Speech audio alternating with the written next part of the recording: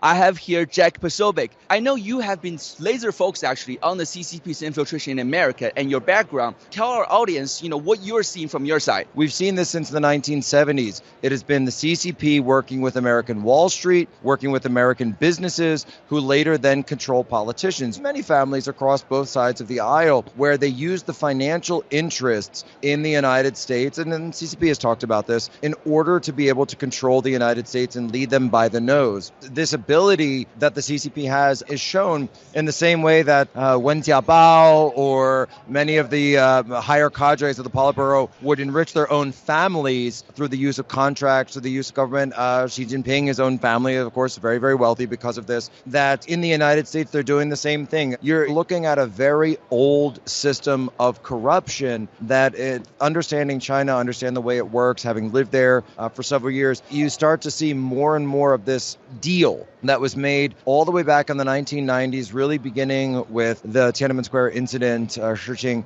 It was the deal between American elites and the CCP was that China would become the manufacturer. 老百姓 would be given nothing. They would be the workers, the slaves, 劳工, all of it. And then it would be the elites in the West who become rich. They provide the financial capital, intellectual property. And in this way, it actually served to weaken both the American people and the people of China, because it only became the elites. And if you look at the actual percentages of the population of China and the membership of the party, it is 1% of the Chinese population.